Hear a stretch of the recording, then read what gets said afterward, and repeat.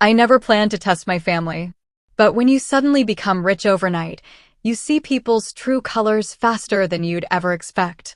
The day I won the lottery was the day I realized love in my family came with a price tag. My name is Sophia. And this is the story of how I hid my fortune, tested everyone I thought I could trust, and found out who truly loved me.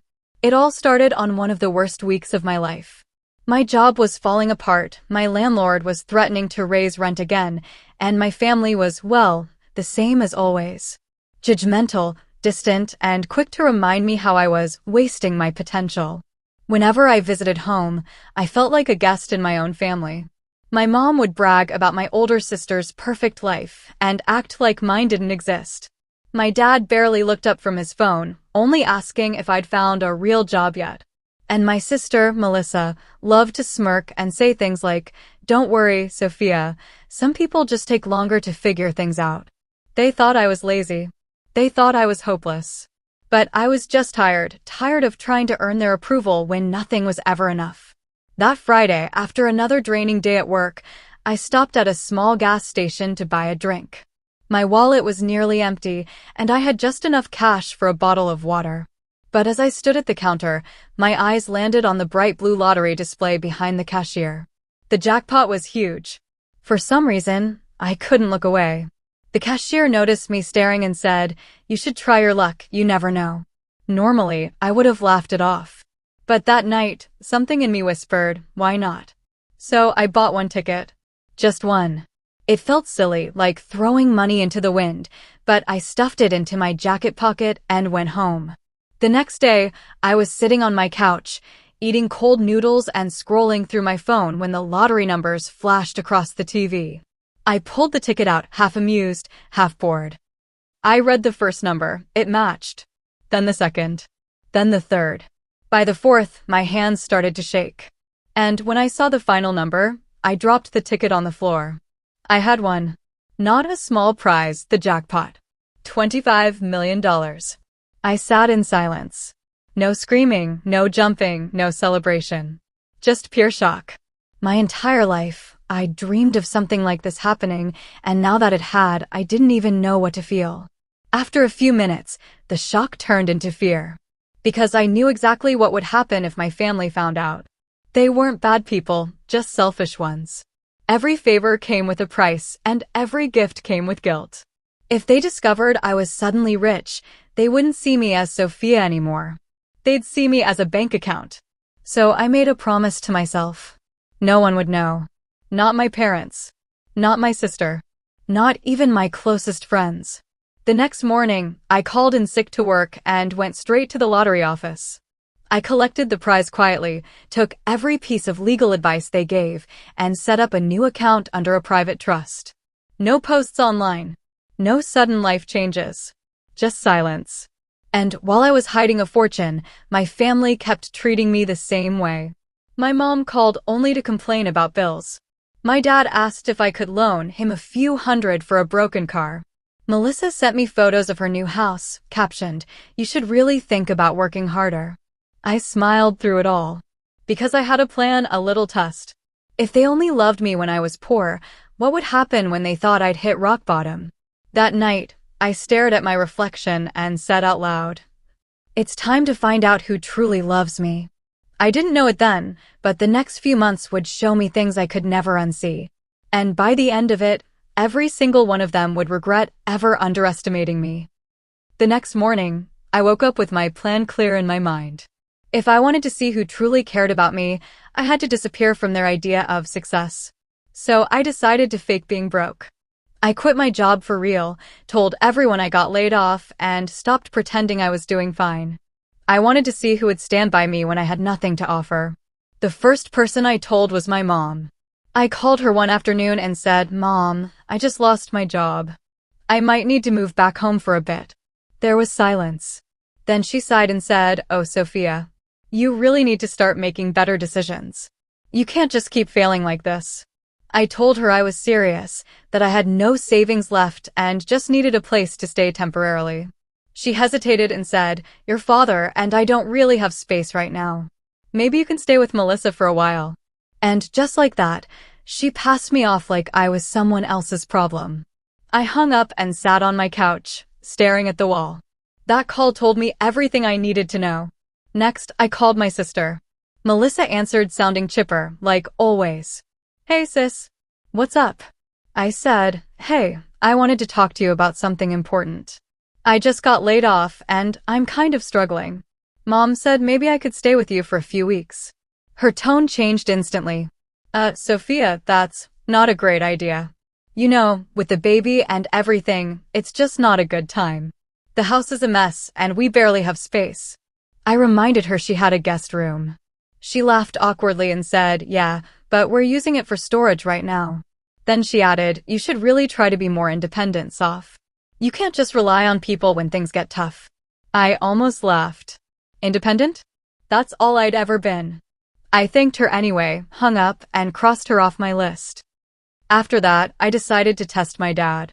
He'd always acted like he was the responsible one in the family, the fixer, the one who gave advice, but never help. I called him that evening. "Dad, I really need your help. My rent's due next week and I don't have enough. Could you lend me just a few hundred?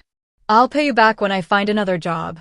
He sighed heavily and said, "Sophia, you're an adult. You can't keep depending on others. I've got my own expenses, you know. Maybe you should sell some of your stuff or get a roommate." His words stung, but I forced a calm. "Okay, I understand." Before hanging up, he added, "You need to learn responsibility, Sophia. You can't expect people to bail you out every time."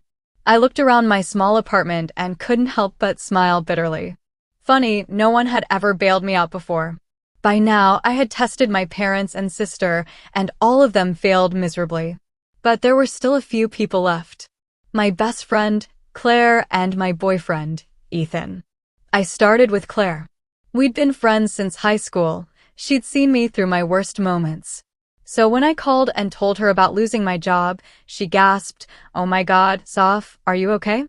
Her reaction was genuine. She didn't ask what I did wrong. She didn't sound disappointed. She sounded worried. When I told her I might be short on rent, she immediately said, "You can stay with me. I'll even help you job hunt." I was quiet for a moment, holding back tears.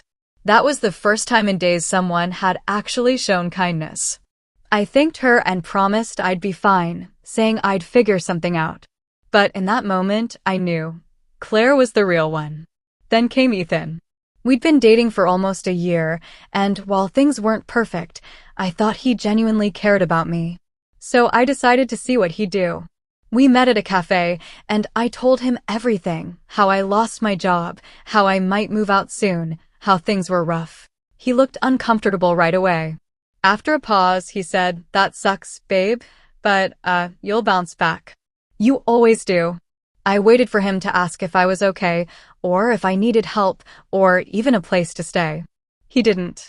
Instead, he started talking about his own problems, how his car payment was due, how his boss was annoying, how life was stressful. I tried to change the subject, but he cut me off and said, "I've gotta go soon, I have plans with the guys." He didn't even offer to pay for my coffee. When I got home that night, I sat on my bed, smiling in disbelief. Every single person who claimed to love me, my family, my boyfriend, had failed the simplest test of kindness. And they had no idea I was sitting on millions. That night, I looked at the lottery ticket again, tucked safely in an envelope. It was my reminder, not just of my luck, but of my power. They'd all shown me who they really were.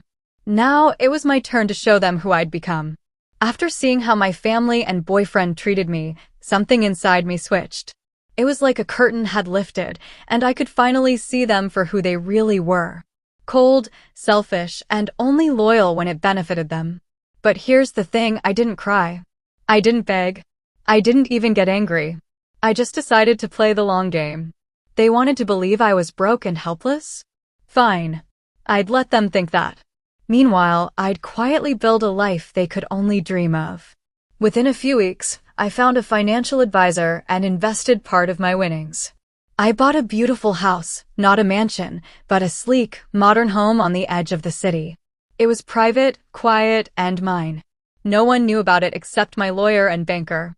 I didn't post it online. I didn't tell a soul. To the outside world, I was still broke Sophia, trying to figure life out. During the day, I started an online business under a new name.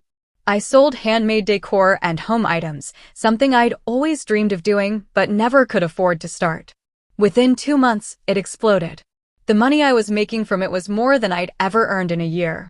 I still kept it secret. When my family called, I pretended to be struggling. If they asked how I was, I'd sigh and say, just taking things one day at a time. And every time I said that, they gave me the same fake sympathy.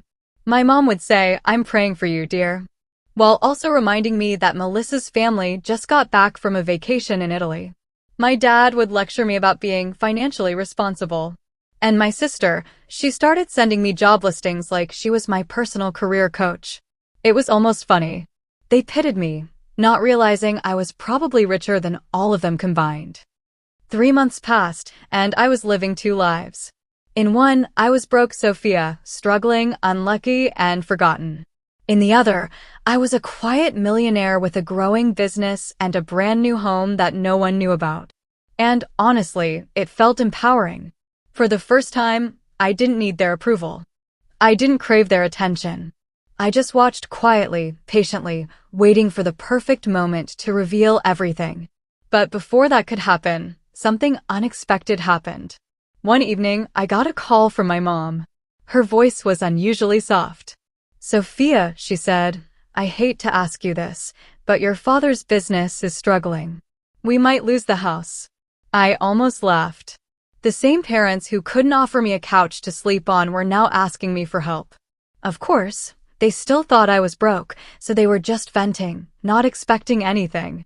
I listened, pretending to be sympathetic. Oh no, Mom, that sounds awful. I wish I could help, but I'm barely managing myself. She sighed, I understand, honey. I just wanted to talk. After we hung up, I sat in silence for a while.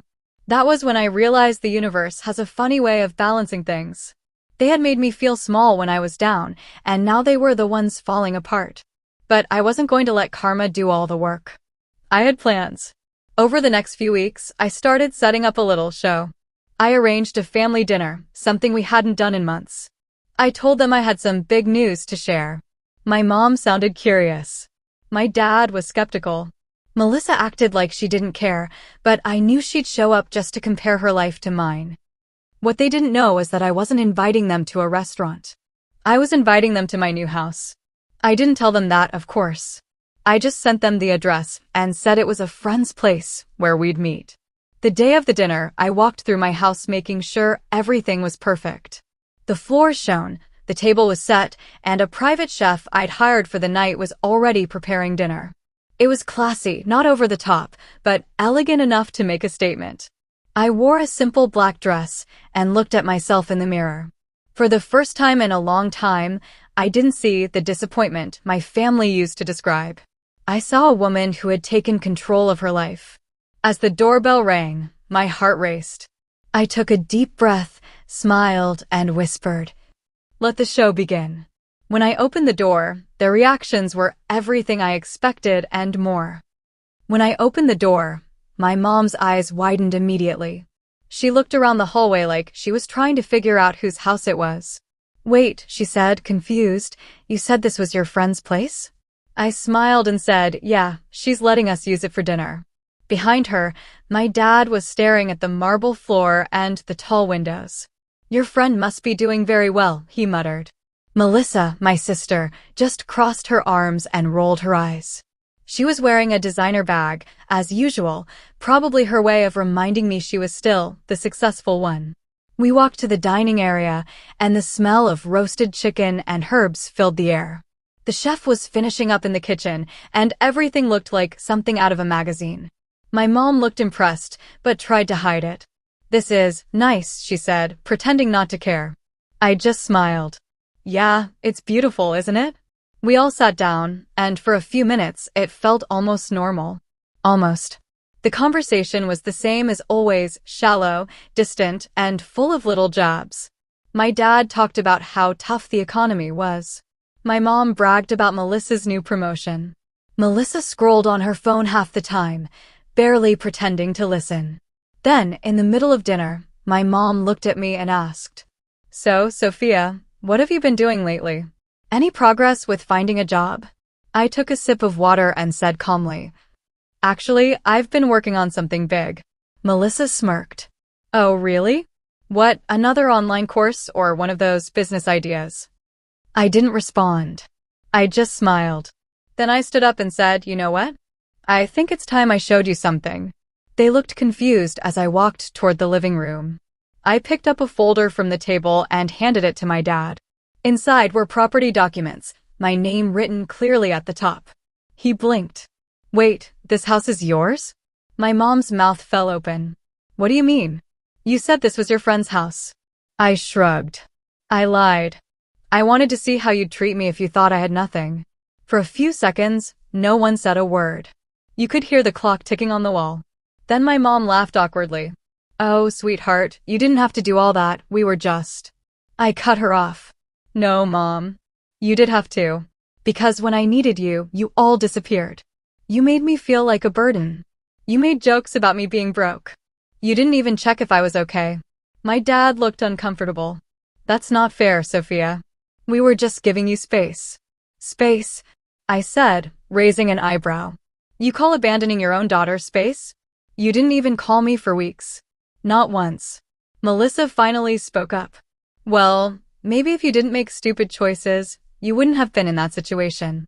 That one hit hard, but I didn't let it show. I just smiled and said, "Funny, because one of those stupid choices made me a millionaire." Her phone slipped out of her hand. My mom gasped. My dad looked like he'd just seen a ghost. "What are you talking about?" he asked quietly. I looked at each of them and said, "I won the lottery months ago. Millions. I didn't tell anyone because I wanted to see who loved me for me, not for my money." Silence. Pure, awkward, heavy silence. Then, all at once, they started talking over each other. My mom, "Oh my God, why didn't you tell us?" My dad, "You should have trusted your family." Melissa, "You're lying. This is ridiculous." I just leaned back and watched them panic. It was almost poetic. "I did trust you," I said softly, "before you showed me who you really were." For the next few minutes, they kept trying to explain themselves. My mom started crying. My dad tried to lecture me about forgiveness. And Melissa? She went straight into fake nice mode. "You know, Sophia, we've all made mistakes," she said sweetly. "But maybe now we can start over, as a family?" I smiled at her. "Start over? You mean now that you know I have money?" She looked offended. "Of course not. I just think families should stick together." I stood up, walked over to the window, and said quietly, "Families should also care when someone's at their lowest." But you didn't. They didn't know what to say. No one did. Finally, I turned to them and said, "Dinner's over. You can go now." My mom looked shocked. "What?" "Sophia, don't be ridiculous." "I'm not being ridiculous," I said calmly. "I'm just setting boundaries, something I should have done a long time ago." As they slowly stood up and headed for the door, my dad mumbled something about me being ungrateful. Melissa rolled her eyes and stormed out first. My mom hesitated for a second, then sighed and followed them. When the door finally closed, I stood there for a moment, just breathing. It felt peaceful. For the first time in my life, I wasn't chasing anyone's approval. Just silence, honesty, and freedom. That night, after they left, I sat at the dinner table staring at the half-empty glasses and cold food. It was quiet, almost too quiet, but it wasn't the kind of silence that hurts anymore. It was the kind that heals. For the first time, I wasn't scared of being alone. Because I realized I'd been alone even when I had them around. All those years of trying to prove my worth, working hard, staying loyal, being the good daughter, the understanding girlfriend, none of it mattered. To them, love had always been conditional. They loved me when I was useful, when I was successful, when I fit their idea of who I should be. But when I fell, they vanished. So that night, I made a decision. I wasn't going to let their absence define me anymore. I was going to build a life that made me proud, not to prove anything, but simply because I deserved happiness. The next morning, I went for a walk in my garden. The sun was bright, and the air smelled like new beginnings. I made myself a cup of coffee, sat on the porch, and opened my laptop. My business had hit another milestone overnight. Orders were coming in faster than ever. It felt good, not because of the money, but because I'd built it from the ground up. On my own. Later that day, I got a text from Melissa. Just one line. "I can't believe you did that to us." I didn't reply. Not out of anger, I just didn't see the point anymore. 2 days later, my mom called. She sounded calmer this time. "Sophia," she said, "I just want you to know. I'm sorry. We weren't there for you when you needed us. I can't change that, but I do love you." Her voice cracked, and for a moment, I almost cried. Because despite everything, she was still my mother. And hearing her say those words, even if late, meant something. I didn't hold a grudge. I forgave her, quietly. But I also knew forgiveness didn't mean letting people back into your life to hurt you again. It just meant letting go of the weight they left behind. Weeks passed. I focused on myself, traveled a little, met new people, even started volunteering at a local shelter. It was funny, the more I gave back, the happier I felt. Money didn't change who I was, it just gave me the freedom to be the person I'd always wanted to be. One day, I bumped into someone unexpected. An old friend from college, Ethan. We hadn't spoken in years. He didn't know about the lottery, the drama, or any of it. We got coffee, talked for hours, and it just felt natural. No judgments, no expectations, no pretending. He treated me the same way he always had, with kindness and respect. Over the next few months, we got closer. He didn't care about money, and I didn't need to hide anymore. For the first time, I felt truly seen, not for what I had, but for who I was. About 6 months later, I got an invitation from my family. A reunion dinner, they called it. Part of me wanted to ignore it. But a bigger part of me, the one that had healed, decided to go. When I arrived, things were different. Melissa wasn't arrogant anymore. My dad actually smiled when he saw me. My mom hugged me tightly, and for once, I could tell it was real. We talked, laughed a little, and even reminisced. No one mentioned money. No one asked for anything. It was just family. Simple, imperfect, but honest. I realized people can change, not always, but sometimes. And maybe, just maybe, they had learned something too. When I got home that night, I looked around my house again. Every wall, every light, every corner reminded me of my journey, from being rejected to standing tall on my own. And I smiled. Because that story wasn't about winning the lottery. It was about winning myself back. People often ask me if I regret hiding it. If I'd do it differently. The answer? No. Not even for a second. Because pretending to be broke showed me the truth. Not everyone who says, "I love you," actually means it. But it also helped me see who did. When everyone else disappeared, I learned to love myself. And when I did that, the right people found their way back, not because of money, but because of me. Now, whenever I look in the mirror, I see someone stronger. Someone who doesn't need validation. Someone who knows that love without loyalty is just a performance. I won the lottery. But what I truly gained wasn't wealth, it was clarity. And that's something no money can ever buy.